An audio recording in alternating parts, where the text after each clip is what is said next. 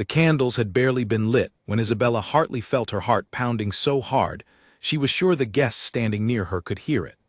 She stood in the private hallway of Ashford Manor, her wedding dress heavy with pearls, and watched through a crack in the door as the man she once loved walked into the grand hall as if he owned it. Nathaniel Cross was not supposed to look so calm. He was not supposed to smile at the guests, shake hands with the Duke's mother, or laugh at something one of the noblemen said. He was supposed to arrive quietly, take his seat in the back, and watch in silence as Isabella married a man far greater than he could ever hope to be. That was the plan. That had always been the plan.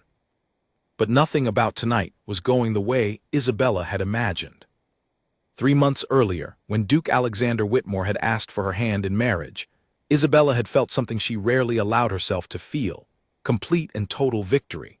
She had grown up in a small house on the edge of town, the daughter of a seamstress and a shopkeeper, while Nathaniel Cross had grown up in a fine house with servants and a family name that opened doors. When they had dated years ago, Nathaniel had made her feel like she was never quite enough. He had compared her clothes to those of other women. He had hesitated to introduce her to his parents. And in the end, he had left her for a woman with more money and a more impressive family tree, telling Isabella, without much kindness, that she simply did not fit into the life he wanted. She had cried for weeks. She had told herself she would never let anyone make her feel small again. And she had promised herself, in the quiet nights that followed, that one day Nathaniel Cross would watch her rise higher than he ever imagined, and he would regret every word he had said to her. When she met Duke Alexander Whitmore at a charity dinner 18 months later, she had not been looking for revenge. She had been looking for a job, actually, hoping to catch the attention of a wealthy patron who might fund a small art gallery she wanted to open. Instead, she caught the attention of the Duke himself, a tall, quiet man with kind eyes and an old family title that stretched back for generations. He was polite, thoughtful, and genuinely interested in her opinions, which surprised her, because she had expected aristocrats to be cold and distant, much like Nathaniel's family had been. Their courtship moved slowly, built on long conversations and shared laughter, and somewhere in the middle of it all, Isabella realized she was not just enjoying his company. She was falling for him. But even as her feelings grew real, a smaller, darker part of her mind kept whispering the same thought over and over. Imagine what Nathaniel would say if he saw you now. When Alexander proposed to her on the balcony overlooking the manor's gardens, with the whole staff watching from the windows and cheering quietly, Isabella cried real tears of joy. But that same night, lying awake beside her sleeping fiancé, she made a decision that would change everything. She would invite Nathaniel to the wedding. She told herself it was harmless. She told herself it was simply good manners, since Nathaniel's family and the Whitmore family moved in overlapping social circles, and it would look strange if he was the only person from her old life who was not invited. But underneath, that reasoning was something sharper and more personal. She wanted Nathaniel to walk into that grand hall and see her standing beside a real duke, wearing a dress worth more than his family's yearly income, surrounded by lords and ladies who called her name with respect. She wanted him to understand in that single moment exactly what he had thrown away. She wrote the invitation herself, in careful handwriting, and sent it before she could talk herself out of it. For weeks nothing happened. She heard nothing back from Nathaniel, and she began to wonder if he would even show up. Perhaps he was too embarrassed. Perhaps he had heard about her engagement through the social pages and simply could not bear to watch. She allowed herself small moments of imagining his face crumbling with regret, and each time a small, satisfied smile crossed her lips. Then 2 weeks before the wedding, a response arrived. Nathaniel would attend. He wrote that he was delighted for her, that he wished her every happiness, and that he looked forward to celebrating with her and the Duke. The letter was warm, polite, and utterly without the desperation or jealousy she had hoped to find between the lines. Isabella read it 3 times, searching for any hidden sign of pain, but found none. She told herself it did not matter. Words on paper meant nothing. What mattered was the moment he actually saw her, in person, standing beside Alexander in front of everyone who mattered. As the wedding drew closer, Isabella threw herself into the planning with a fierce, almost obsessive energy. She chose the flowers herself, insisted on a particular shade of gold for the table settings, and worked with the finest dressmaker in the region to create a gown that would make every woman in the room whisper with envy. She wanted every detail to be perfect, not simply because she loved Alexander, though she truly did, but because she needed the entire event to be undeniable proof of how far she had come. Alexander noticed her intensity but mistook it for simple excitement. He indulged her every request, charmed by how passionately she cared about their big day.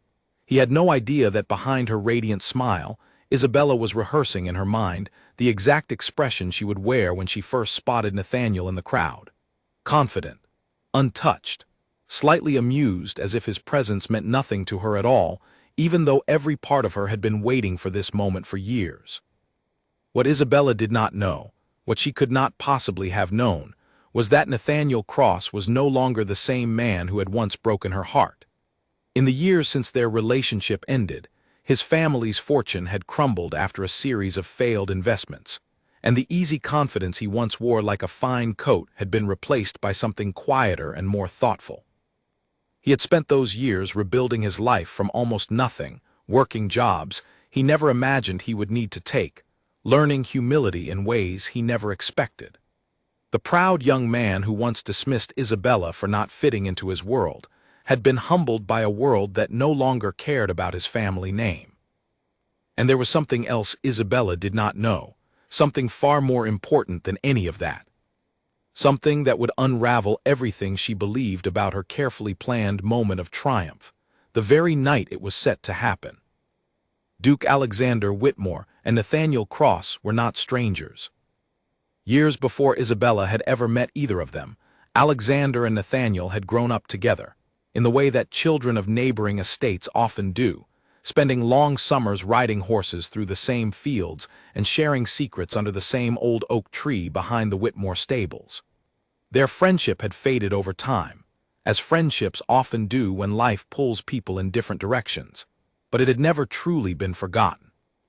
When Nathaniel's family fell into hardship, it was Alexander, quietly and without any public announcement, who had helped arrange work for Nathaniel's father, and had ensured that Nathaniel himself was never left completely without support.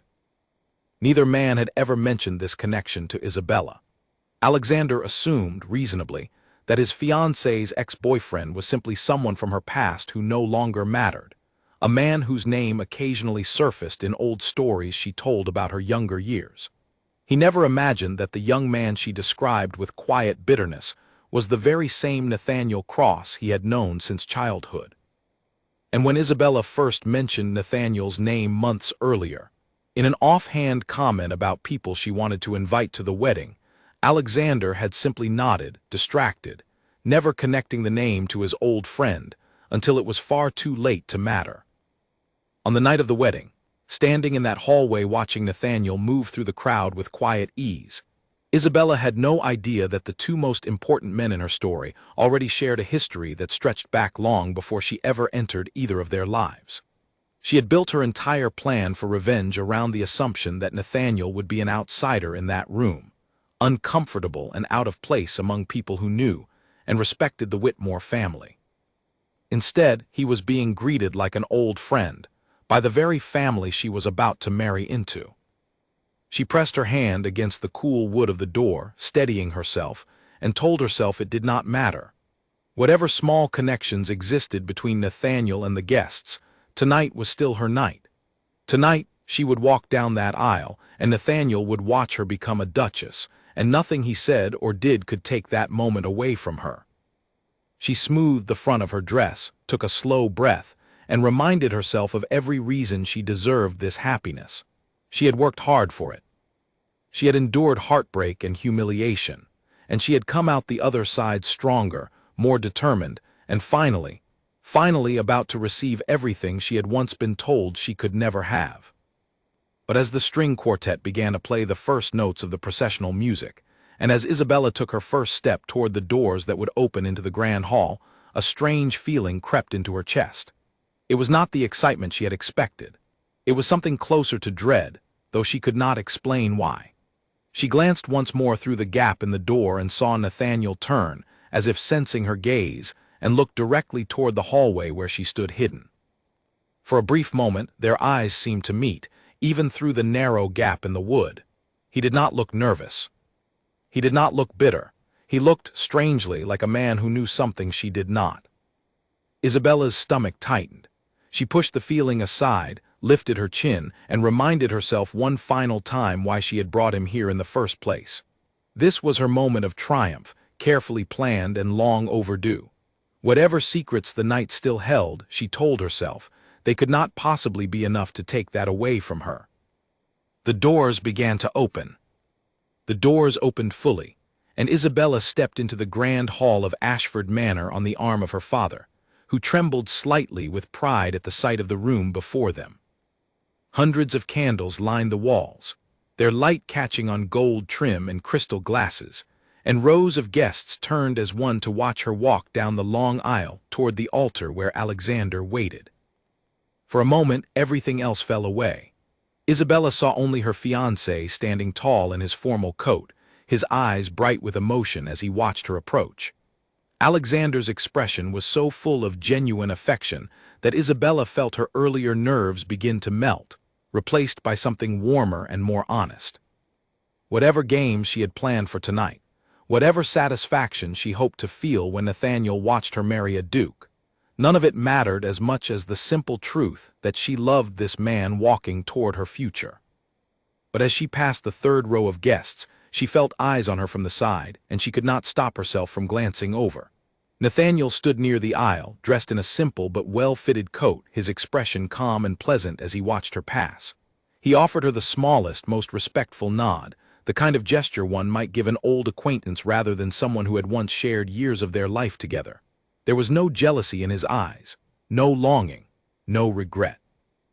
Isabella's chest tightened, but she forced herself to smile and continue walking, refusing to let anything disturb the image of perfect happiness she had worked so hard to create. The ceremony passed in a blur of vows and quiet tears, and by the time Alexander slipped the ring onto her finger, Isabella felt something close to relief. She had done it. She had married a duke, in front of everyone who once doubted her, in front of the very man who had once told her she did not belong in his world. Whatever satisfaction she still hoped to extract from Nathaniel's presence could wait until the reception, when there would be more time, more opportunity, and more eyes watching to see how he reacted to her new life. The reception hall glowed with warm light and the soft sound of music as guests mingled, drinks in hand, admiring the decorations Isabella had spent months perfecting. She moved through the crowd on Alexander's arm, accepting congratulations, laughing at jokes she barely heard, all while her attention remained fixed on locating Nathaniel somewhere in the sea of familiar and unfamiliar faces.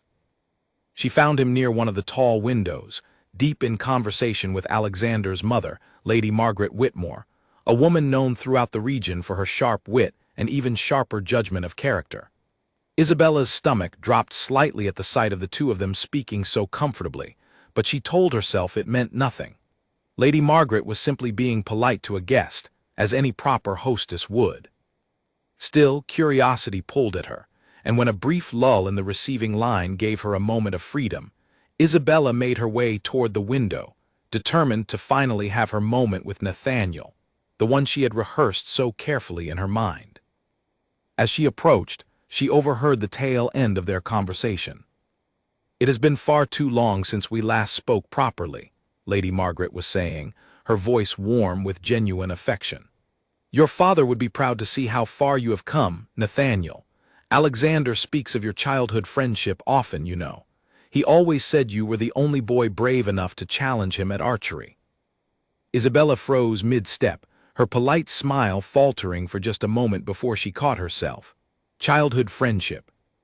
Alexander speaks of him often. She had never once heard her fiancé mention Nathaniel's name in all their months together, not even when she casually referenced people from her past. Confusion swirled through her mind, but she forced her expression back into calm composure and stepped forward to join the conversation. "There you are," Lady Margaret said warmly, turning to include her. "I was just telling Nathaniel how pleased I am that he could join us tonight. It has been years since Ashford Manor has seen him." "Years since Ashford Manor has seen him," Isabella repeated slowly, glancing between the two of them. "I did not realize you two were acquainted." Nathaniel's expression shifted, just slightly, a flicker of something crossing his face before he smoothed it back into polite neutrality. "Alexander and I grew up together," he said simply. "Neighboring estates, back before certain circumstances changed things for my family. We spent a great deal of time together as boys." Isabella felt the floor tilt slightly beneath her feet, though she kept her expression carefully composed. She had spent months imagining this moment, imagining Nathaniel as an outsider entering a world he did not belong to, watching in humiliation as she rose above him. Instead, he was standing here as if he had every right to be in this hall, greeted warmly by the Duke's own mother, referenced fondly by the Duke himself. "How strange that Alexander never mentioned this to me," Isabella said, keeping her tone light, though her mind raced beneath the surface. "Perhaps he did not realize the connection," Nathaniel offered gently. "You never told him my full name, did you? Only that there had been someone before him. I imagine he had no reason to think it might be me." The words landed with quiet precision, and Isabella felt a flush of heat rise to her cheeks. He was right, of course. She had deliberately kept the details vague when speaking to Alexander about her past relationships, not wanting to relive old humiliations or invite questions she did not want to answer. She had never imagined that keeping those details vague would come back, to complicate the very plan she had built around Nathaniel's presence tonight. Lady Margaret, sensing perhaps that the conversation had grown more delicate than she intended, excused herself gracefully to greet another cluster of guests, leaving Isabella and Nathaniel standing alone by the window for the first time since he had arrived. For a long moment, neither of them spoke. The music and laughter of the reception continued around them, but between the two of them stretched a silence heavy with unspoken history. "You look beautiful tonight, Isabella," Nathaniel said finally, his voice soft and sincere. "Truly, I am happy for you." "Are you?" she asked, unable to keep a slight edge from creeping into her voice. "I would have thought seeing me marry a duke might be difficult for you." Nathaniel studied her for a moment, something thoughtful and slightly sad passing behind his eyes. "I understand why you might think that," he said. "And perhaps once it would have been true, but a great deal has changed since we were together, Isabella.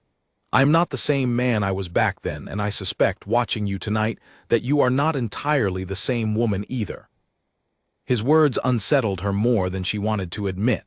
She had expected bitterness, or awkwardness, or perhaps a poorly hidden flicker of jealousy that she could quietly savor for the rest of the night.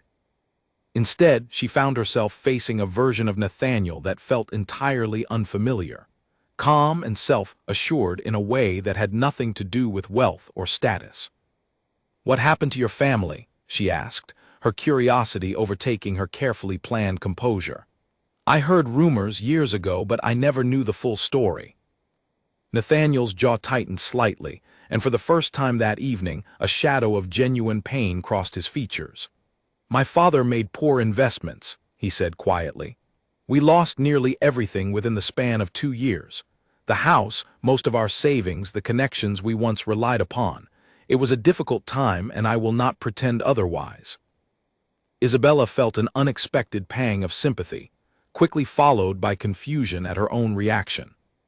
She had spent years imagining Nathaniel's downfall as something satisfying, a form of justice for the way he had once treated her.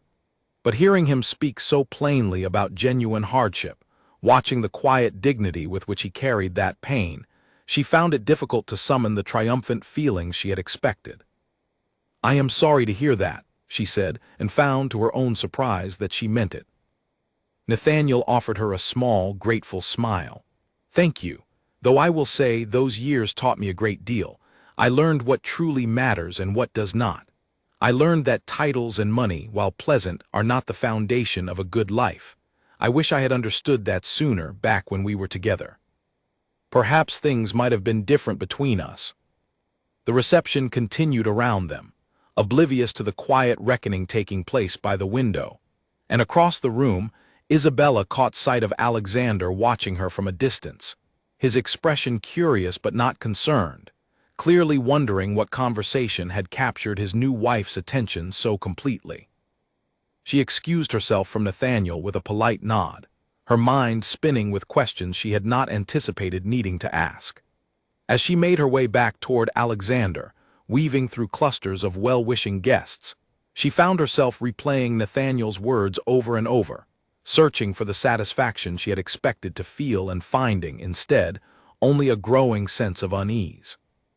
When she reached Alexander's side, he greeted her with a warm smile and gently touched her arm. "You seemed deep in conversation," he said.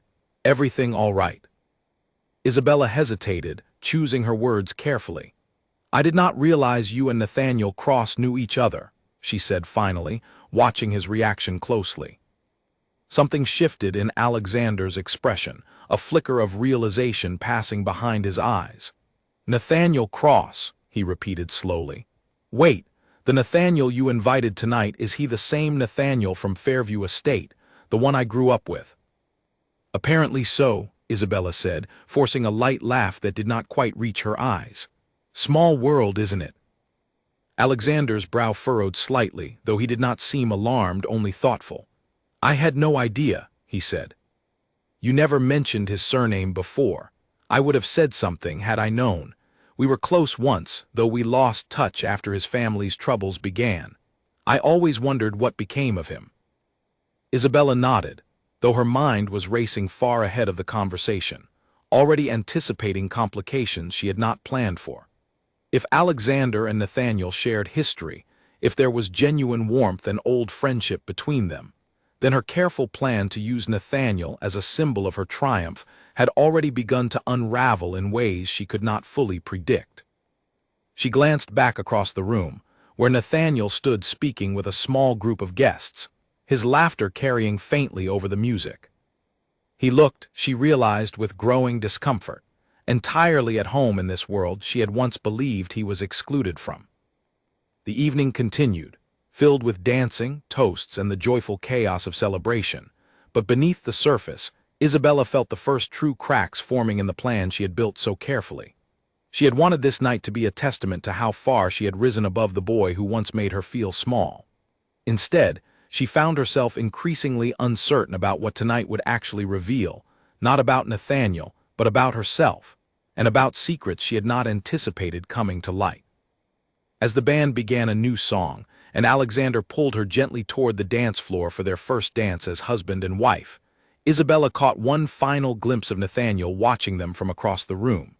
His expression was unreadable, calm, and composed, but there was something in his eyes, something patient and knowing, that made her stomach twist with a growing sense of dread. Whatever plan she had built for tonight, she was beginning to understand, was no longer entirely within her control. The first dance ended to warm applause, and Isabella allowed herself to be swept into a whirlwind of congratulations, photographs, and toasts that seemed to stretch on without end. She smiled through every one of them, playing the role of the radiant new duchess with practiced grace, though her thoughts kept drifting back to the strange conversation by the window and the unsettling calm she had seen in Nathaniel's eyes. As the night wore on, she found herself watching him more closely than she wanted to admit.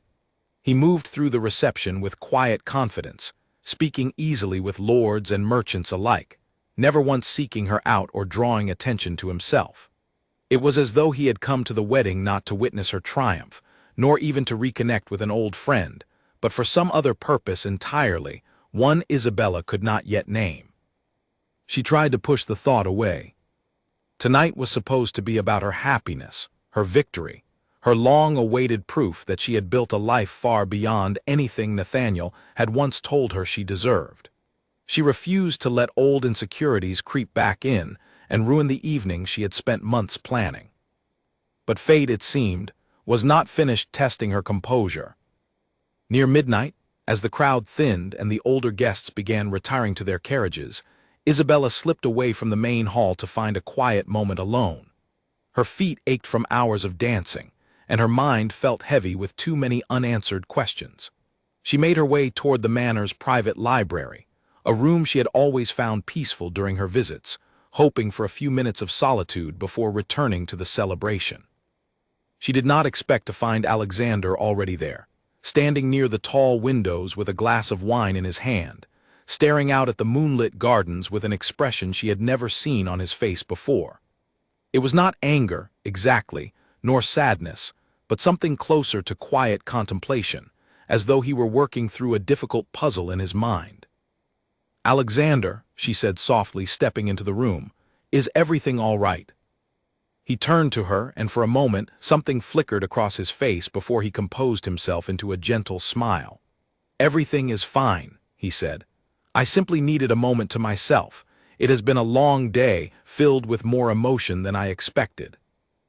Isabella crossed the room and stood beside him, looking out at the same moonlit gardens.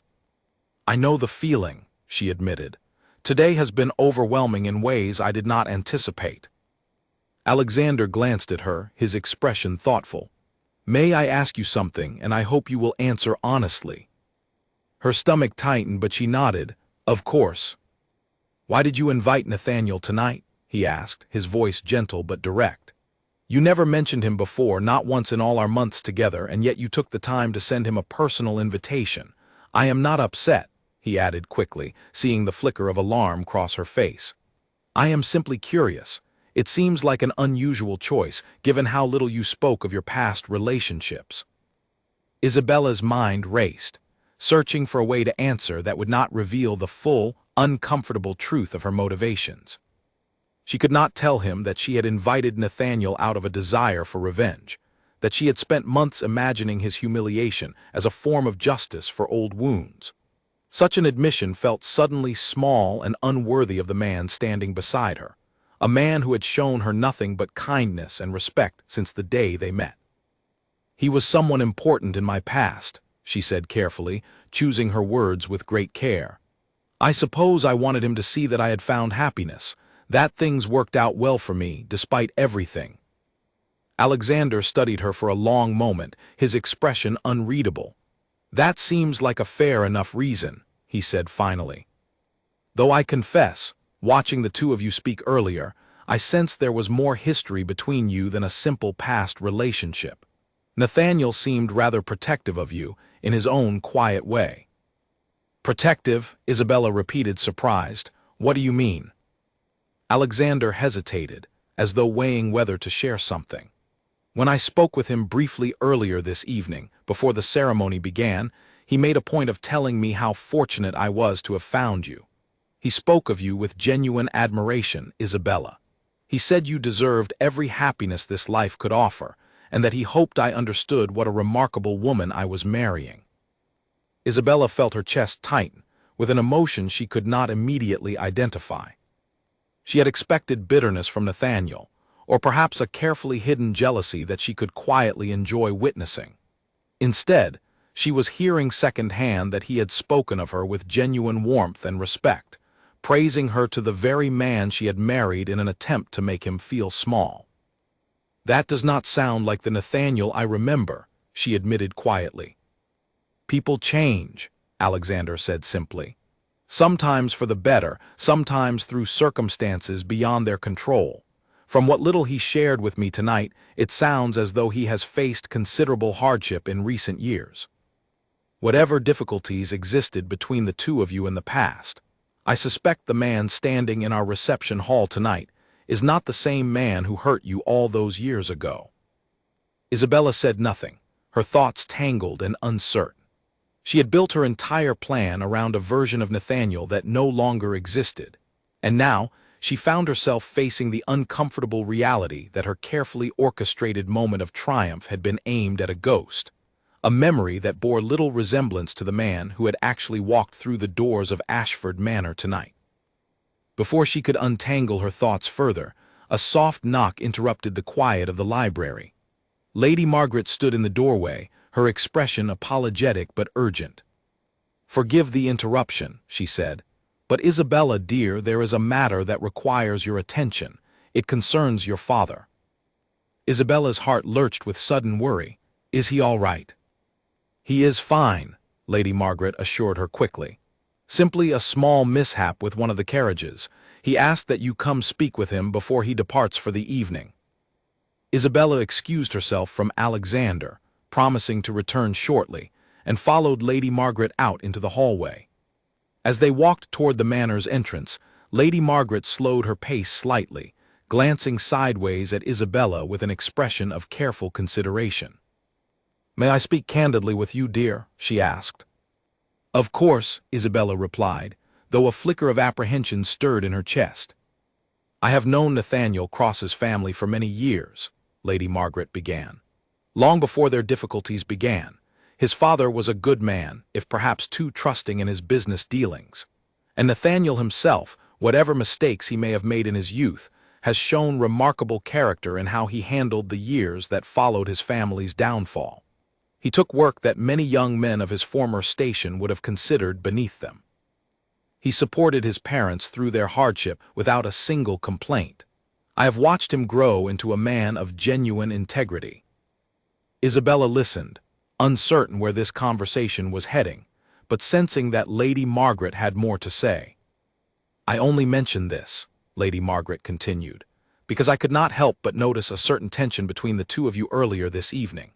And I wanted you to understand, whatever history exists between you, that the young man you knew years ago and the man who stood in our hall tonight may be very different people. Sometimes we carry old wounds forward, expecting the world to remain frozen exactly as we left it, only to find that time has moved on without our permission." The word struck Isabella with unexpected force, cutting closer to the truth than she was comfortable admitting. She managed only a small, uncertain nod, unable to find a proper response. They reached the entrance hall, where Isabella's father stood waiting, looking slightly flustered but otherwise unharmed. The carriage mishap turned out to be minor, easily resolved, and after a few reassuring words and a warm embrace, Isabella found herself alone again, standing near the grand entrance of Ashford Manor as the last of the departing guests made their way outside into the cool night air. She turned to head back toward the reception hall, her mind still swirling with everything she had learned that evening, when a familiar voice stopped her in her tracks. "Isabella." She turned to find Nathaniel standing a short distance away, his coat draped over one arm, clearly preparing to depart for the evening.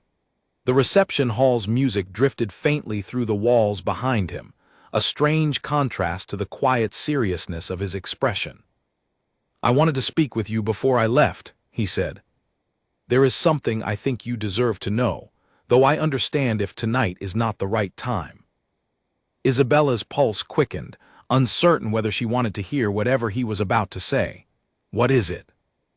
Nathaniel hesitated, glancing briefly toward the closed doors of the reception hall before returning his attention to her. "I know why you invited me tonight," he said quietly. "I have known since the moment I received your invitation.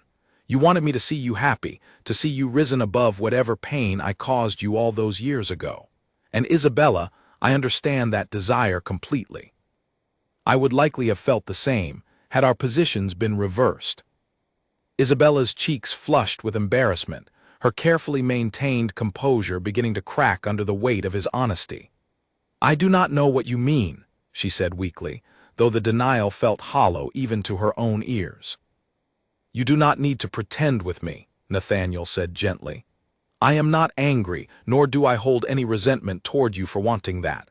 What I want you to understand is this: I am genuinely happy for you. Not out of politeness, but because I have spent years regretting how I treated you, and seeing you find real happiness, whatever your reasons for inviting me tonight, brings me a strange sense of peace." Isabella felt tears prick unexpectedly at the corners of her eyes, though she blinked them back quickly, unwilling to let her emotions show so plainly. "Why are you telling me this now?" she asked. "Because I think you have spent so long building your life around proving something to me, to your past, that you may have lost sight of how much you truly love the man you married today," Nathaniel said. "Alexander is a good man, Isabella.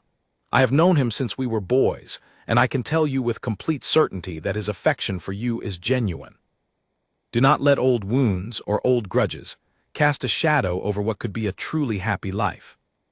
Before Isabella could respond, the doors to the reception hall opened, and Alexander stepped into the entrance hall, his expression curious as he took in the sight of his new wife standing in quiet conversation with his childhood friend. "There you are," he said, approaching them both with a warm smile, though his eyes lingered a moment longer on Isabella's face, noting the faint traces of unshed tears she had not fully managed to hide. "Is everything all right?" "Everything is fine," Nathaniel answered smoothly, offering Alexander a genuine smile. "I was simply saying my goodbyes and wishing you both every happiness for the years ahead. It has been wonderful reconnecting with you tonight, old friend, and meeting your remarkable wife properly." Alexander clasped Nathaniel's hand warmly. "You must visit us again soon," he said. "It has been far too long, and I would enjoy catching up properly without the chaos of a wedding reception distracting us." "I would like that very much," Nathaniel replied. With one final, meaningful glance toward Isabella, a look that carried more understanding and forgiveness than she felt she deserved, Nathaniel turned and made his way out into the cool night, disappearing into the darkness beyond the manor's grand entrance. Isabella stood in silence for a long moment, watching the door close behind him, her mind a whirlwind of conflicting emotions. The triumphant satisfaction she had once imagined feeling on this night was nowhere to be found.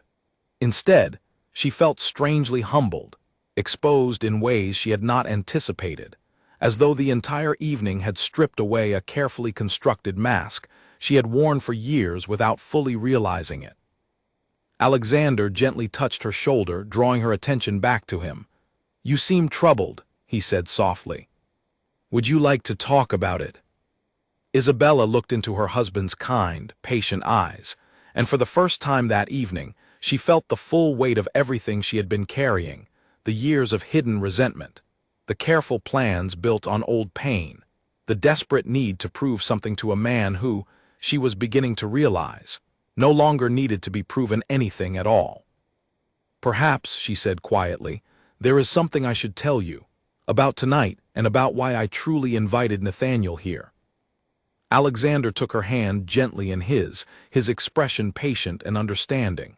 "Whenever you are ready," he said, "we have the rest of our lives to talk, Isabella. There is no need to rush." But even as he spoke those comforting words, Isabella could not shake the growing feeling that the truth still waiting to surface that night, both her own hidden motivations and the deeper history connecting Alexander and Nathaniel, were far from finished revealing themselves. The wedding had ended, but something told her the real reckoning of this story had only just begun. Isabella did not tell Alexander everything that night. The words gathered in her throat, heavy and difficult, but exhaustion and the lateness of the hour convinced her to wait until morning, when her thoughts would be clearer and her courage steadier. Alexander, sensing her hesitation, did not push her further. He simply held her hand as they climbed the stairs to their private chambers, and for the first night of their marriage, Isabella fell asleep with far more on her mind than she had ever expected. Morning came, and with it, the usual whirlwind of a new duchess's responsibilities. Letters of congratulations arrived by the dozens, servants sought her guidance on matters large and small, and Alexander was called away early to attend to estate business that could not wait, even for a man freshly married. The quiet, private conversation Isabella had planned slipped further and further out of reach as the days passed, buried beneath the demands of her new life. She told herself she would find the right moment eventually. She told herself the truth could wait until things settled, until she found the proper words to explain feelings even she did not fully understand. But as the weeks turned into a month, the confession she had promised herself she would make grew heavier and more difficult to voice, until it felt less like an honest conversation waiting to happen, and more like a secret she was actively choosing to keep. Her closest friend, Charlotte Bennet, arrived at Ashford Manor 3 weeks after the wedding, eager to hear every detail of the celebration and Isabella's new life as a duchess. Charlotte had known Isabella since childhood, long before Nathaniel, long before Alexander, and she was one of the few people who understood the full weight of what Isabella had endured during her years with Nathaniel Cross. They sat together in the manor's private garden, sipping tea beneath the shade of an old willow tree, while Isabella recounted the events of the wedding night in careful, edited detail. When she reached the part about Nathaniel's unexpected connection to Alexander's family, Charlotte's eyebrows rose in genuine surprise. "You had no idea?" Charlotte asked. "None at all." "None," Isabella confirmed. "I invited him thinking he would be a complete outsider, someone Alexander's family would view with polite indifference at best. Instead, he was greeted like an old friend returning home." Charlotte studied her carefully, setting down her teacup with deliberate slowness. "And how did that make you feel?" Isabella hesitated, unwilling at first to admit the full complexity of her emotions, even to her closest friend. "Confused," she said finally. "Humbled in a strange way. I had spent so long imagining that night as a moment of victory, and instead it felt like everything I thought I understood about Nathaniel, and perhaps about myself, was wrong." "Have you told Alexander why you truly invited him?" Charlotte asked gently. Isabella shook her head, staring down at the teacup in her hands. "I meant to. That very night, actually. But the moment slipped away, and now it feels almost impossible to bring up. What would he think of me, Charlotte, if he knew the truth? That I married him partly to prove something to a man from my past. It sounds petty, even cruel, when I say it aloud." "It does not have to sound that way," Charlotte said carefully. "You loved Alexander long before you ever sent that invitation. The two things are not mutually exclusive, even if they feel tangled together in your mind. But Isabella, secrets like this have a way of growing heavier the longer they are kept. I worry that if Alexander learns the truth from someone other than you, the damage will be far greater than if you simply told him yourself." Isabella knew her friend spoke wisely, but the thought of confessing her true motivations still filled her with a dread she could not fully explain. She promised Charlotte and herself that she would find the courage soon, but soon, as it often does, continued slipping further away. The complication Isabella had not anticipated arrived not from Alexander's suspicion, but from an unexpected source entirely. Nearly 2 months after the wedding, Ashford Manor hosted a grand autumn gathering, a tradition among the region's noble families to celebrate the harvest season with an evening of music, dancing, and lavish entertainment. Isabella threw herself into the preparations with her usual determination, eager to prove herself capable of managing such events as the new Duchess. Among the guests invited that evening was a woman named Charlotte's distant cousin through marriage, a sharp-tongued socialite named Vivienne Ashcroft, who had attended Isabella's wedding as well and had, apparently, taken particular notice of the tension surrounding Nathaniel Cross's appearance that night. Vivienne found Isabella early in the evening, cornering her near the refreshment table with a smile that did not quite reach her eyes.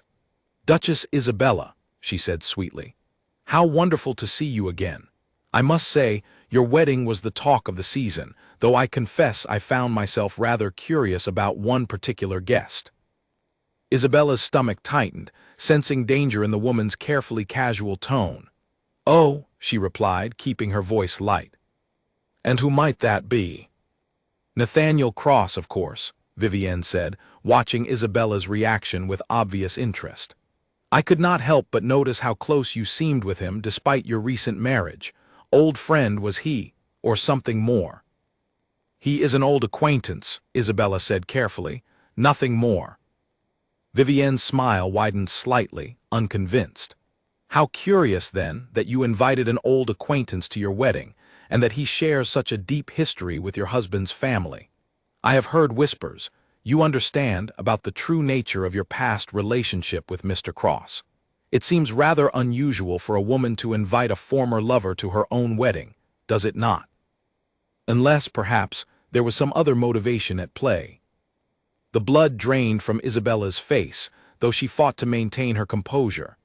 "I am not certain what you are implying," she said, her voice cooler now, guarded. "Implying nothing at all," Vivienne said innocently, though her eyes glittered with the satisfaction of someone who had found a delicious secret to dangle over another's head. "Merely observing, dear Duchess. People do talk, you know. And whispers have a curious way, finding their way to the ears that matter most." Before Isabella could respond further, Vivienne excused herself with an elegant curtsy, disappearing into the crowd of guests, leaving Isabella standing alone with her heart pounding and her mind racing through the implications of what had just been said. Whispers, people talking. The very thing Isabella had feared most, the possibility that her true motivations for inviting Nathaniel might become common knowledge among the very social circle she had worked so hard to earn respect within, suddenly felt dangerously close to becoming reality. She spent the rest of the evening distracted, barely present in conversations, her mind consumed with worry over what Vivienne might say, and to whom. She watched Alexander from across the room, laughing warmly with a group of guests, entirely unaware of the storm quietly building around them, and felt a fresh wave of guilt wash over her. She should have told him weeks ago. She should have found the courage to explain everything honestly, before rumors and gossip could twist the truth into something uglier than it truly was. Now, she feared, it might already be too late. That night, after the last of the guests had departed and the manor grew quiet once more, Isabella found Alexander in his study, reviewing correspondence by candlelight. She stood in the doorway for a long moment, gathering her courage before finally stepping inside. "Alexander," she said softly, "I need to speak with you about something important. Something I should have told you weeks ago."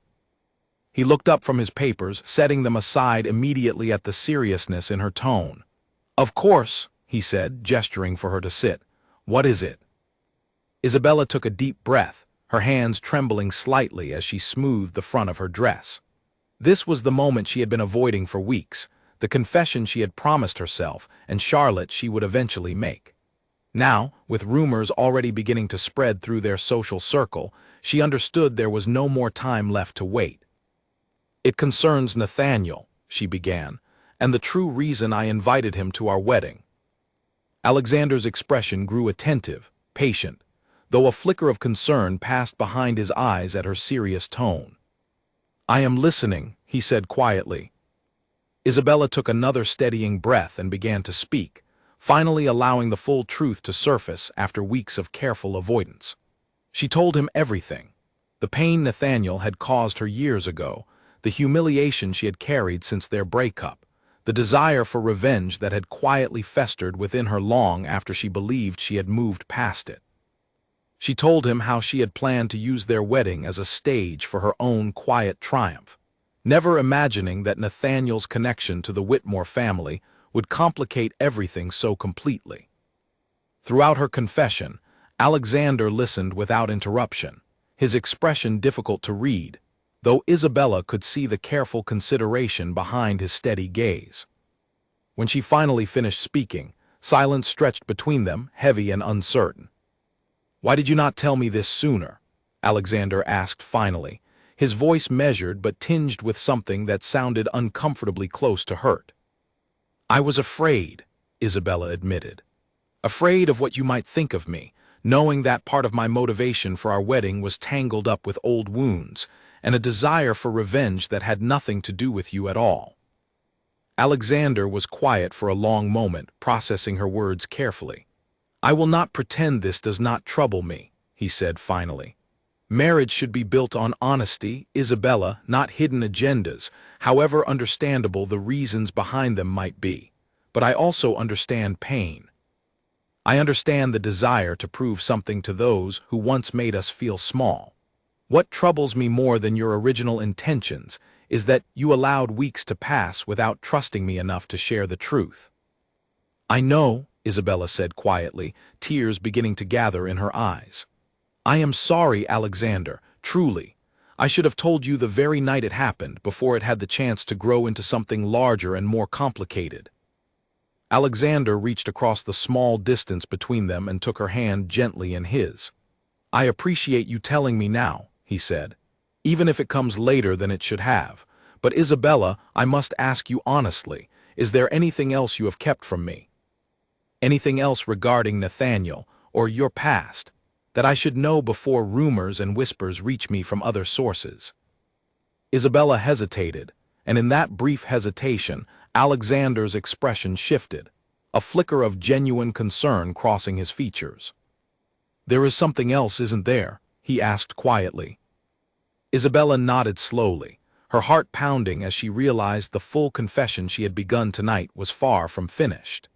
There was one more truth she had not yet shared, one final piece of the story that, once revealed, would change everything Alexander understood about the woman he had married. "Yes," she whispered. "There is something else."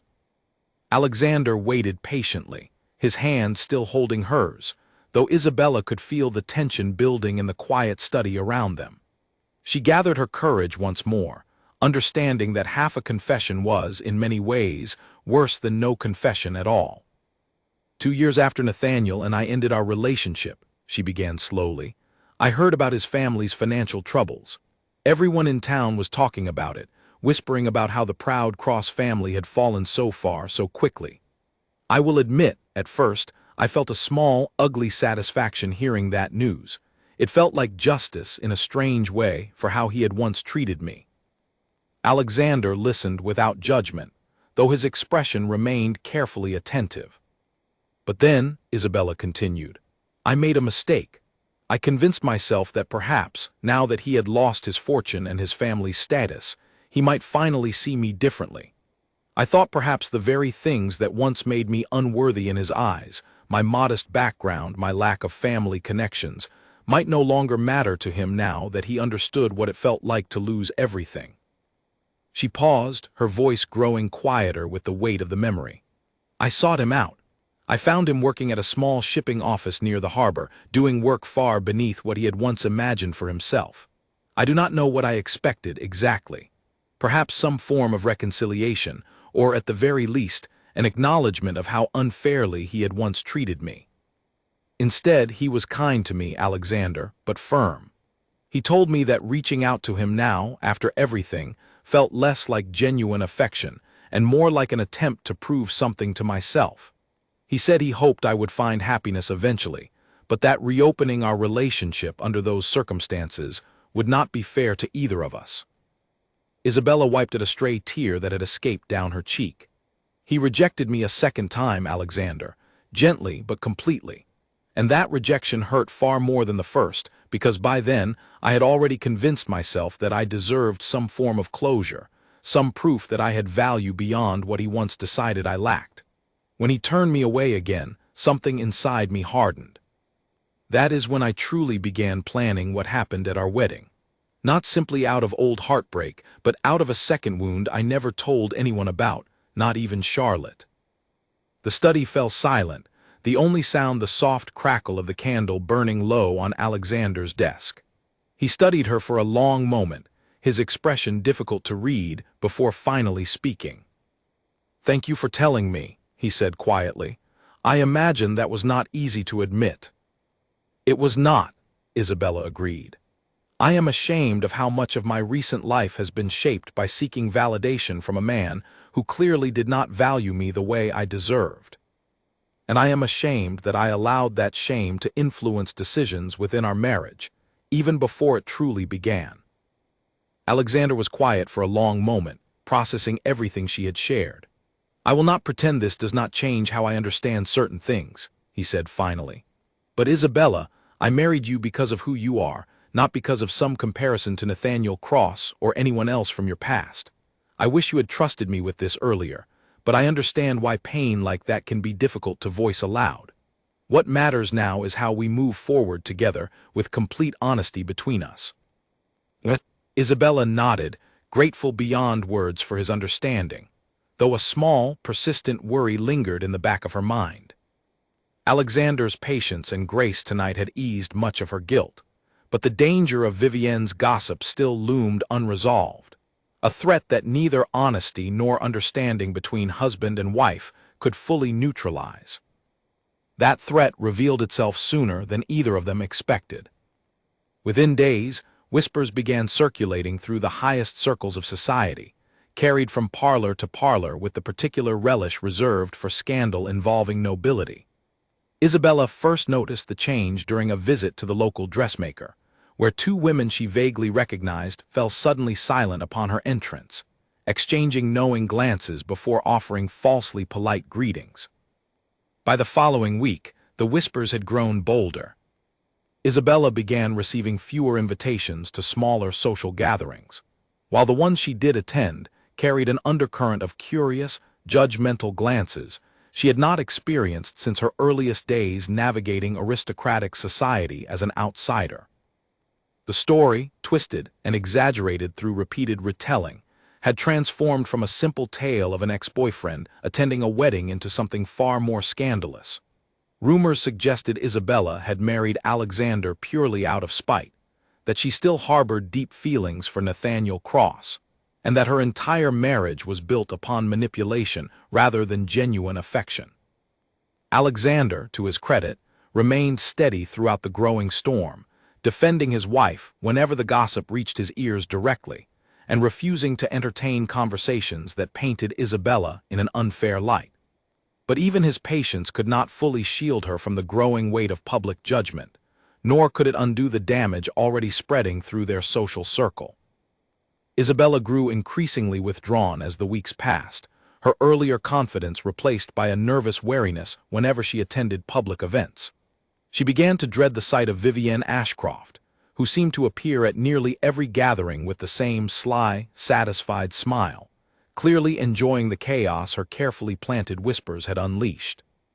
It was during a formal dinner hosted by one of Alexander's oldest family friends, nearly a month after Isabella's confession, that the simmering tension finally reached its breaking point.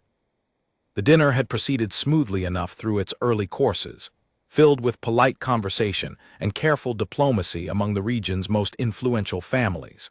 But as the evening progressed and wine flowed more freely, Vivienne Ashcroft, seated several places down the long table from Isabella, raised her glass with a theatrical flourish that immediately drew the attention of nearby guests.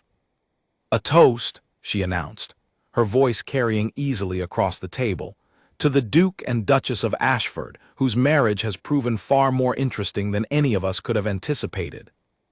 A ripple of uncomfortable laughter passed through the guests, though several exchanged knowing glances that made Isabella's stomach twist with dread. Alexander's expression darkened slightly, sensing the direction this toast was heading, but before he could intervene, Vivienne continued, her smile sharpening. "After all," she said, "how many brides invite their former lovers to their own weddings, hoping to make them jealous, only to discover that said former lover happened to be the groom's childhood friend all along?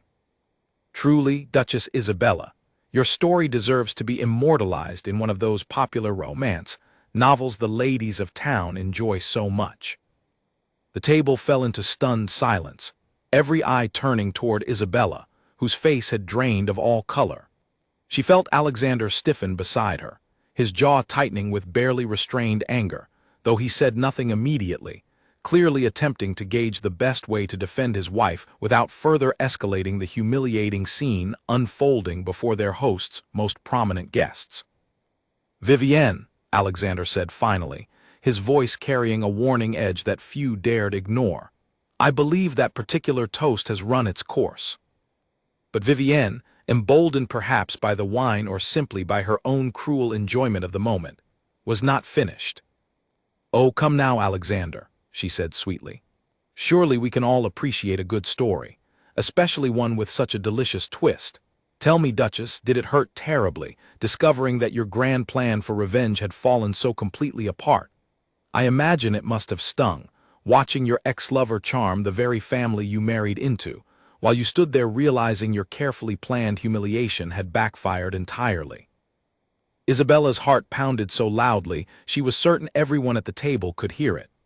Every eye remained fixed on her, waiting for her response, waiting to see how the young Duchess, once celebrated for her grace and charm, would handle such a direct and humiliating public accusation.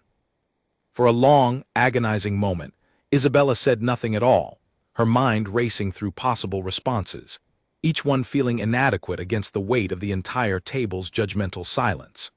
She thought of every carefully rehearsed speech she had once imagined delivering to Nathaniel, every triumphant moment she had planned for her wedding night, and realized with painful clarity that none of those rehearsed words had prepared her for this moment of genuine, public exposure. She glanced at Alexander, whose expression had shifted from anger to something more complicated, a mixture of protective instinct and cautious uncertainty about how to navigate the delicate social dynamics threatening to unravel around them both. And then, unexpectedly, a new voice broke the tense silence, calm and steady, cutting through the awkward quiet with quiet authority.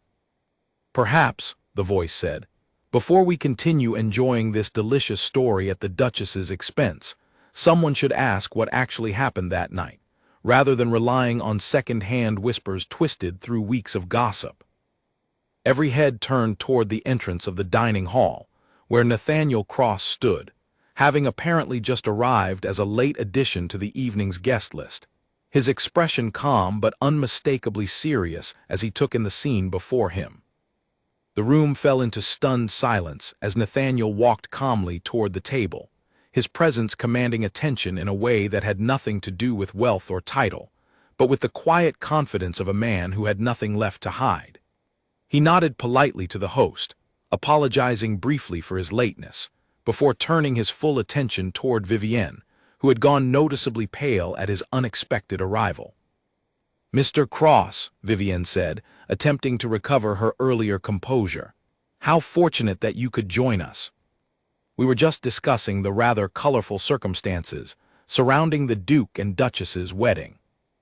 "So I gathered," Nathaniel replied evenly, taking the empty seat that had been reserved for him near the center of the table, close enough that his voice carried easily to every guest present. "Though I must say, the version of events you seem to be sharing bears little resemblance to what actually happened that evening." Vivienne's smile faltered slightly, though she attempted to maintain her earlier confidence. "Oh, and what is the true version then?" "I would be delighted to hear it directly from someone who was actually present."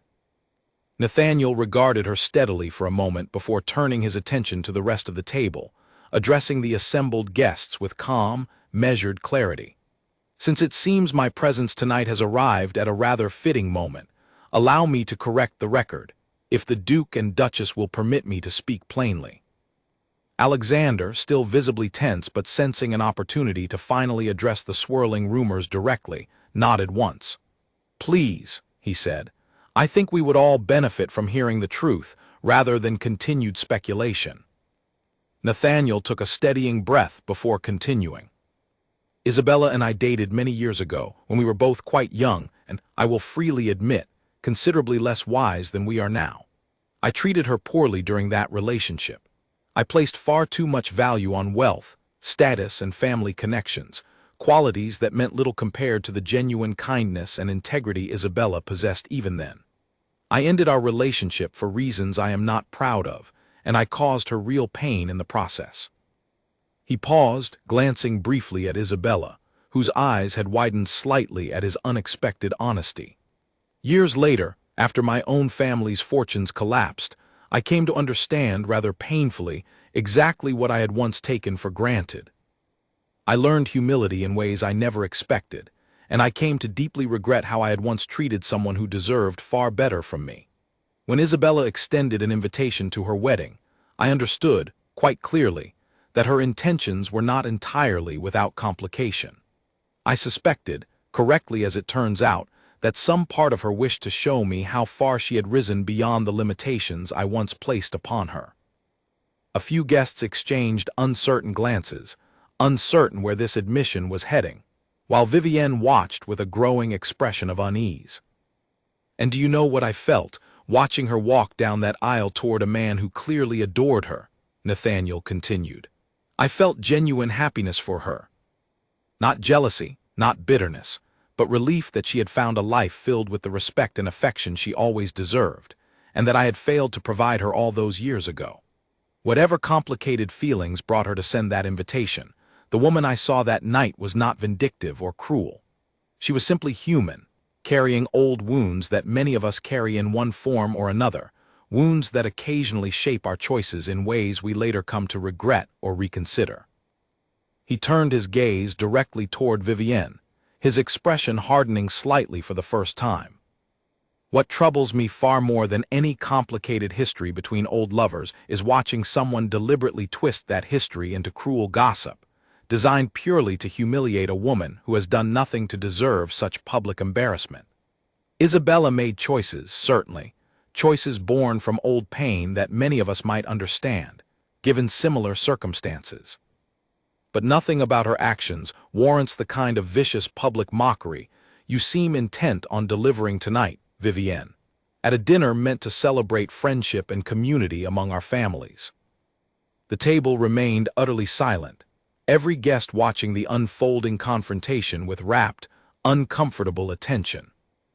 Vivienne's earlier confidence had crumbled entirely, replaced by a flustered, defensive posture, as she realized the tide of the room's judgment had turned sharply against her. "I was merely sharing an amusing story," she said weakly, though her voice lacked its earlier conviction. "Amusing to whom, exactly?" Nathaniel pressed, his tone still calm but unmistakably firm. "Certainly not to Isabella, who has clearly suffered weeks of public judgment based on rumors twisted far beyond the actual truth. Not to Alexander, who has had to watch his new wife endure public humiliation over choices born from old heartbreak rather than any genuine malice toward their marriage.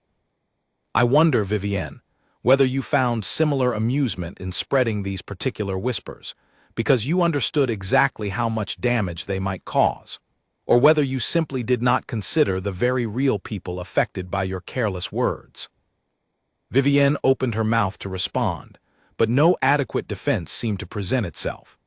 Around the table, several guests who had earlier laughed along with her cruel toast now shifted uncomfortably in their seats, suddenly reconsidering their own complicity in the evening's earlier entertainment at Isabella's expense.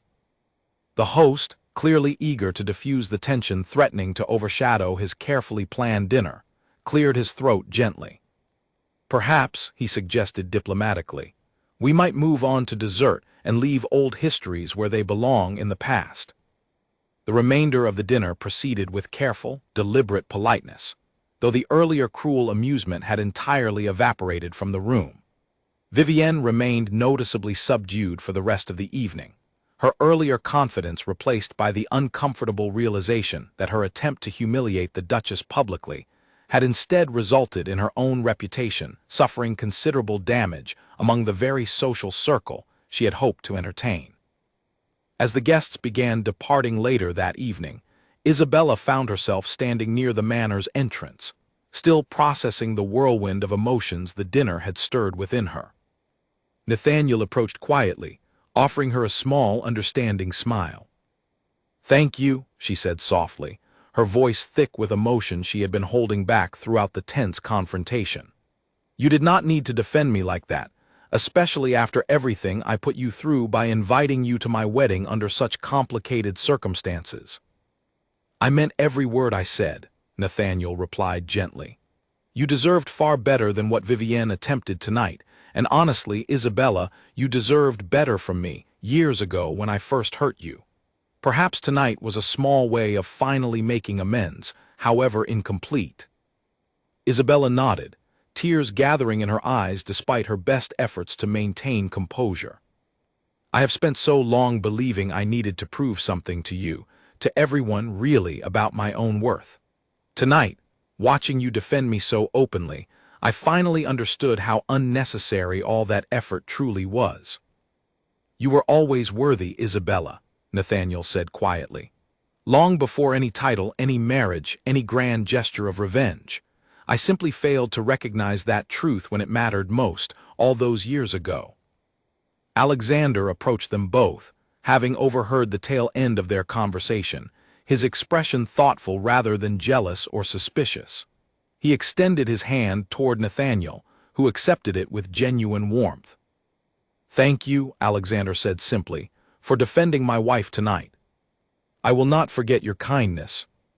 "Take good care of her," Nathaniel replied, She deserves every happiness this life can offer. As Nathaniel disappeared into the cool evening air, climbing into his waiting carriage and departing Ashford Manor for what Isabella suspected might be the final time in her life, she felt a strange sense of closure settle over her. Unlike anything she had experienced during the months of careful planning and quiet resentment that had once consumed her thoughts entirely. The revenge she had once craved so desperately had never materialized in the way she imagined. Instead, something far more valuable had emerged from the wreckage of her carefully laid plans. Genuine forgiveness, hard-won honesty with the man she truly loved, and an unexpected reconciliation with a painful chapter of her past that she had never fully allowed herself to release. But even as she allowed herself a small measure of peace that evening, Isabella understood that the true test of everything she had learned still lay ahead. Alexander had witnessed the full truth of her complicated history tonight, defended publicly by the very man she had once hoped to humiliate.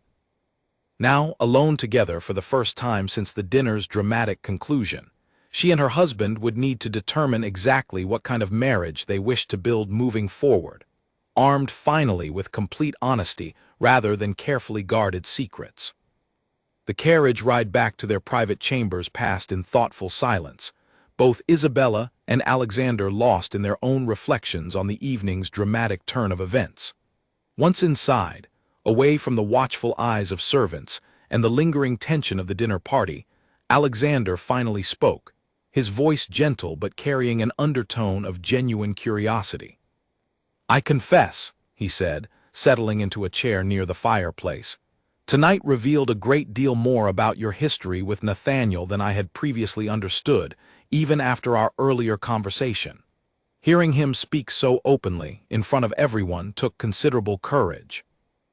Isabella nodded, sitting across from him, her hands folded carefully in her lap. "It did, and I imagine, watching that unfold, you might have questions I have not yet fully answered." "A few," Alexander admitted. "Though I want you to understand before we continue that my questions come from a place of genuine care, not accusation. I am not angry with you, Isabella. I am simply trying to understand the woman I married more completely."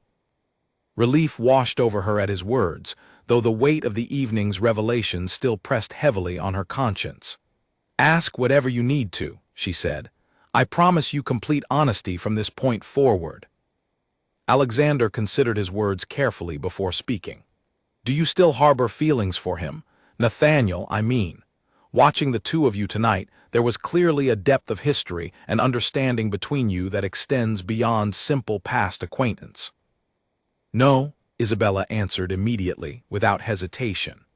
"Whatever I once felt for Nathaniel, whether love or resentment or some tangled combination of both, it has finally settled into something closer to gratitude and closure.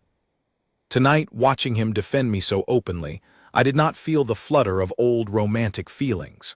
I felt relief, Alexander. Relief that the chapter of my life defined by his rejection and my desire for revenge has finally, truly closed." Alexander studied her expression carefully, searching for any sign of dishonesty, but finding only sincere conviction in her steady gaze. "I believe you," he said finally. "Though I will admit, it will take some time for me to fully process everything I learned tonight. Not because I doubt your feelings for me, but because I am only now understanding how much pain you carried silently into our marriage, pain I might have helped you work through, had you trusted me with it sooner." "You are right to feel that way," Isabella said softly. "I should have trusted you from the very beginning, rather than allowing old wounds to shape decisions within our relationship without your knowledge. I am truly sorry, Alexander, for the position my silence placed you in tonight, forced to learn such complicated truths in front of guests who seemed all too eager to enjoy our discomfort." Alexander reached across the small distance between their chairs, taking her hand gently in his own. "I forgive you," he said simply. "Not because the situation was without fault, but because I understand that pain like yours does not disappear simply because someone tells you it should.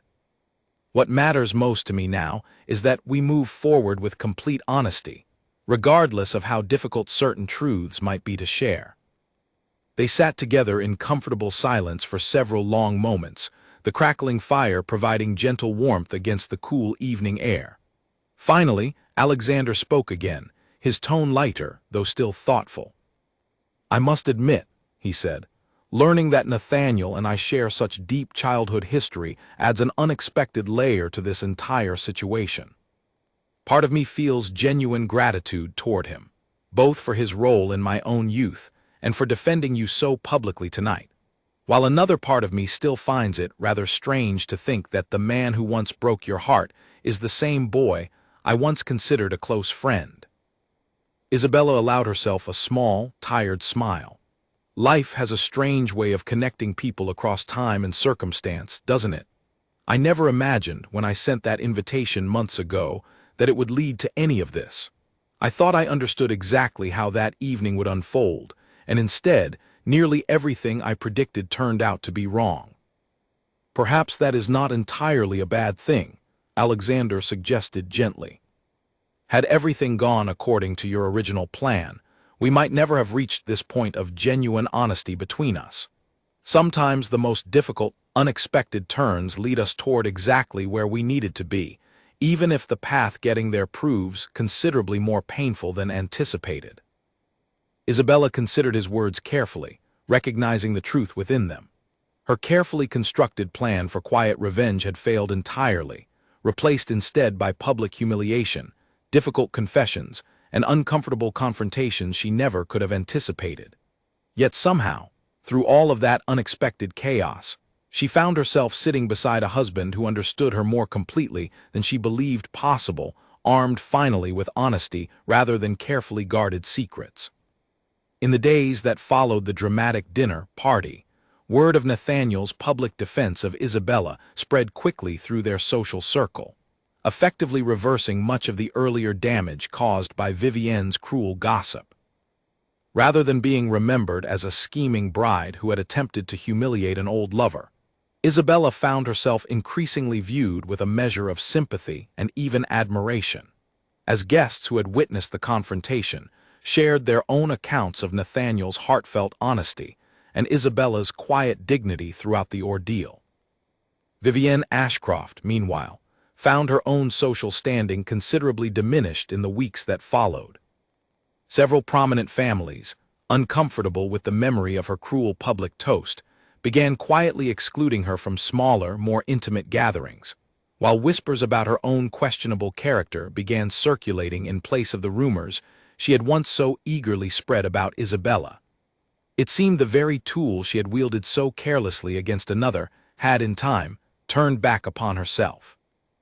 Isabella took little satisfaction in Vivienne's downfall, understanding all too well the pain that came from being the subject of cruel social judgment. Instead, she focused her energy on rebuilding trust within her marriage and finding genuine peace with the complicated history that had once consumed so much of her emotional energy.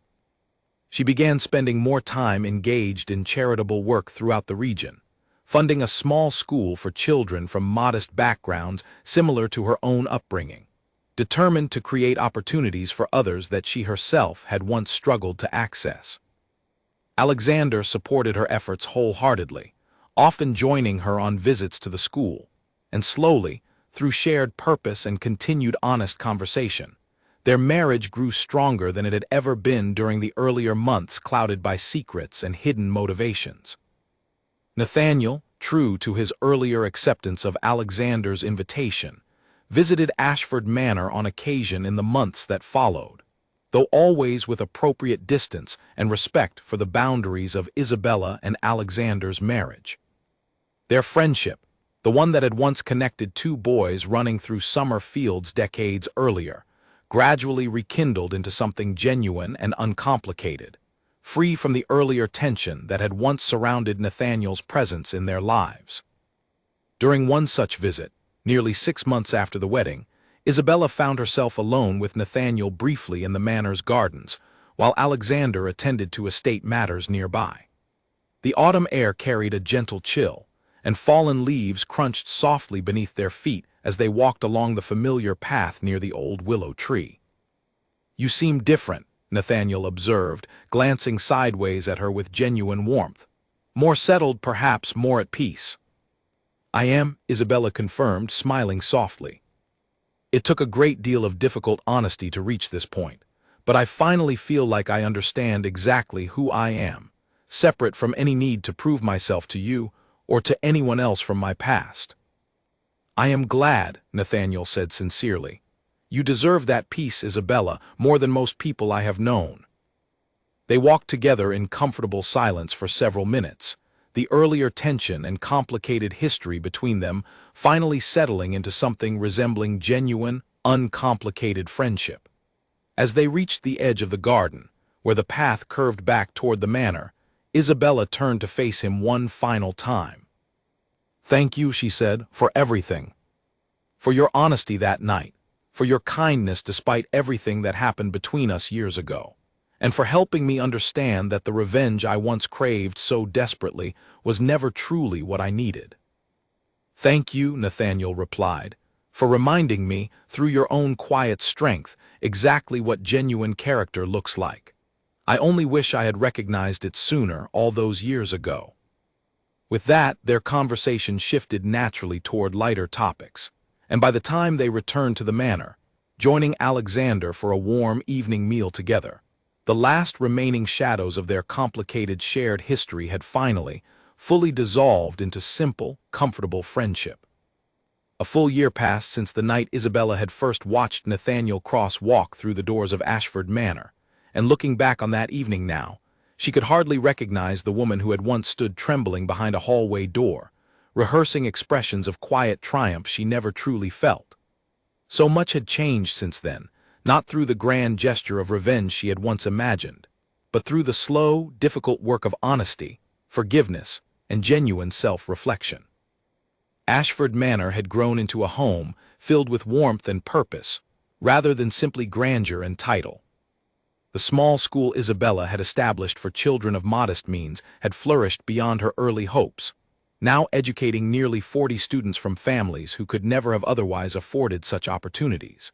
She often visited in the mornings, watching young students practice their letters or listen eagerly to lessons about faraway lands, and found in those quiet moments a satisfaction far deeper than anything her earlier plans for revenge could ever have provided.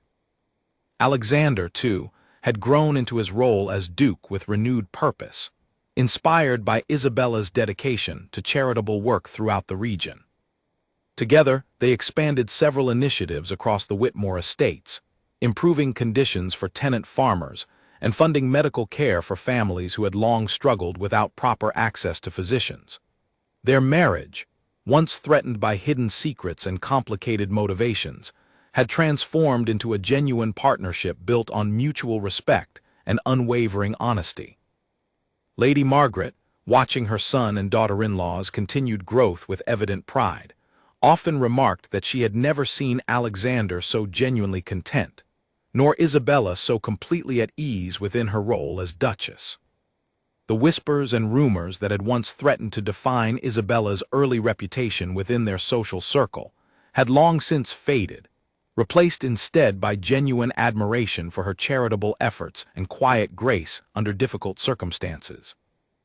Vivienne Ashcroft, whose cruel gossip had once nearly destroyed Isabella's reputation, eventually found her own social standing gradually improving as time passed, and memories of that dramatic dinner party faded into distant recollection.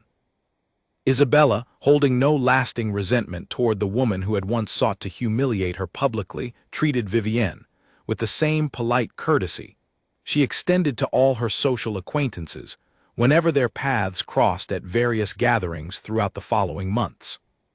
In time, even Vivienne seemed to soften somewhat, perhaps humbled by her own earlier experience of social judgment, though the two women never developed anything resembling genuine friendship. Nathaniel continued visiting Ashford Manor periodically throughout the following year, his friendship with Alexander deepening once more into the easy familiarity of their childhood years. He had, through steady determination and hard work, begun rebuilding a modest but respectable business of his own, importing goods through the very shipping office where he had once labored during his family's most difficult years. Isabella watched his continued growth with genuine happiness, free from any lingering complicated emotion, viewing him now simply as a valued friend to both herself and her husband. During one particular visit, nearly 14 months after the wedding, Nathaniel arrived at Ashford Manor with news that brought genuine joy to both Isabella and Alexander. He had recently become engaged to a kind, thoughtful woman named Eleanor Whitfield, whom he had met through his business dealings in town. Eleanor possessed none of the aristocratic pretension that had once shaped Nathaniel's earlier worldview, and watching the genuine affection between the couple during their visit, Isabella felt an unexpected wave of happiness on Nathaniel's behalf, entirely free from any trace of the old bitterness that had once consumed her thoughts. "She reminds me of you in certain ways," Nathaniel confided to Isabella during a quiet moment in the garden, watching Eleanor and Alexander speak animatedly nearby. "Kind, honest, and entirely unconcerned with the superficial things I once valued so foolishly. I am fortunate to have found her, though I suspect I owe some of that fortune to the lessons I finally learned through my history with you." "I am truly happy for you, Nathaniel," Isabella replied sincerely. "You deserve genuine happiness just as I have finally found my own." As the seasons continued to turn, Isabella often found herself reflecting on the strange, winding path that had led her from heartbreak and quiet resentment toward the genuine contentment she now enjoyed. The revenge she had once planned so carefully had never materialized in the way she originally intended, yet somehow, through unexpected humiliation, difficult honesty, and eventual forgiveness, she had discovered something far more valuable than any moment of triumph over an old lover could ever have provided. She had learned that true strength lay not in proving her worth to those who once doubted her, but in building a life defined by honesty, purpose, and genuine connection with the people who truly mattered. Alexander's steady, patient love had taught her that vulnerability, rather than carefully guarded pride, formed the foundation of a truly happy marriage. And Nathaniel's unexpected kindness, both on that fateful wedding night and throughout the months that followed, had finally allowed her to release the old wounds she had carried for far too long. Standing once more in the manor's private garden, nearly 2 years after that fateful wedding night, watching her young daughter take her very first wobbling steps across the soft grass, while Alexander cheered encouragingly nearby, Isabella felt an overwhelming sense of gratitude for the unexpected journey that had brought her to this moment of genuine happiness. The plan she had once crafted so carefully, meant to humiliate a man from her past, had instead led her toward humility, honesty, and a depth of love and understanding she never could have anticipated when she first sent that fateful invitation. She thought back sometimes to that trembling young woman standing behind the hallway door, rehearsing expressions of triumph she never truly felt, and found herself grateful ultimately that her carefully laid plans had failed so completely. For in their failure, she had discovered something far more valuable than revenge ever could have provided: genuine peace, hard-won honesty, and a love built upon truth rather than old wounds and hidden agendas. The Duke's fiancée had once invited her ex to their wedding, hoping to embarrass him in front of everyone who mattered. Instead, through unexpected twists of history, painful public exposure, and eventual forgiveness, she had found herself humbled far more deeply than she ever imagined possible.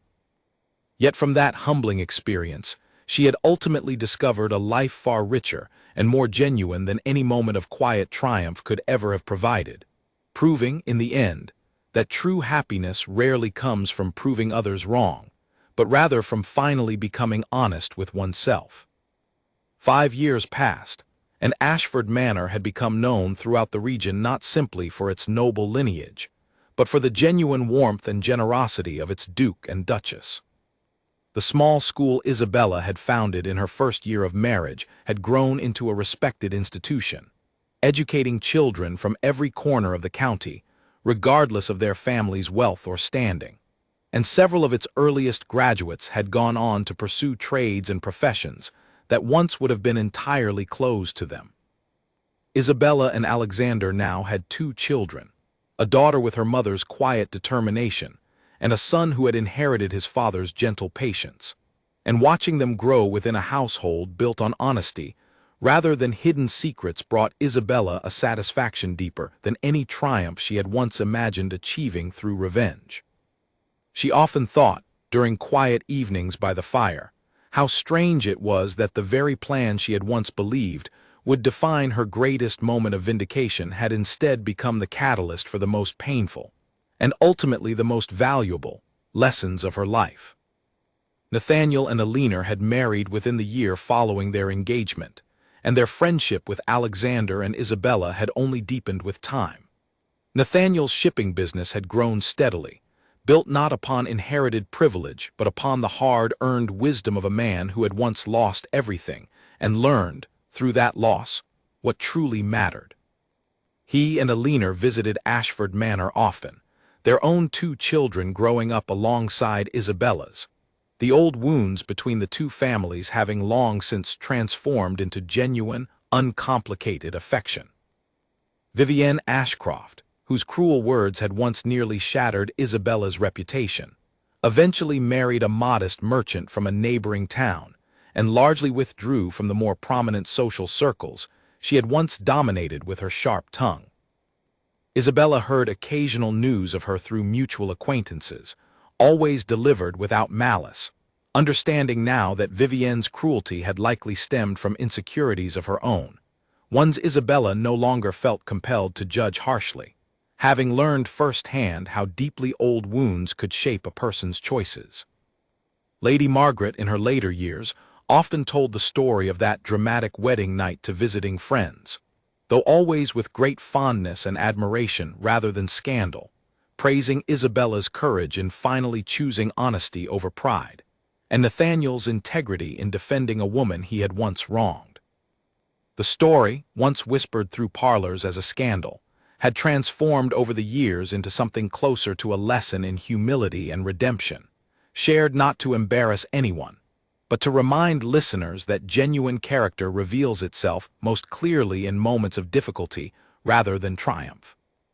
On quiet mornings, Isabella still walked the same garden path where she had once found unexpected peace with Nathaniel, watching her children play beneath the old willow tree that had witnessed so much of her personal transformation. She no longer thought of that fateful wedding night as a failed plan for revenge, but rather as the beginning of a far more meaningful journey toward genuine self-understanding. She had entered her marriage carrying old wounds and hidden motivations, believing that proving her worth to a man from her past would finally bring her lasting peace. Instead, she had learned that true peace came not from humiliating those who once hurt her, but from building an honest life alongside people who valued her completely, flaws and complicated history included. Alexander had shown her that genuine love required vulnerability rather than careful performance, and Nathaniel, through his own unexpected growth and kindness, had taught her that people were capable of change far beyond what old memories might suggest. The Duke's fiancée had once believed her wedding day would be remembered as the moment she finally triumphed over an old heartbreak. Instead, it became the beginning of a much longer, more meaningful story, one defined not by revenge or humiliation, but by honesty, forgiveness, and the quiet, hard-won happiness that comes from finally becoming at peace with oneself. And in the years that followed, watching her family flourish within the walls of Ashford Manor, Isabella understood with complete certainty that this ending, unplanned and unexpected as it had been, was far richer than any triumph she could ever have carefully orchestrated on her own.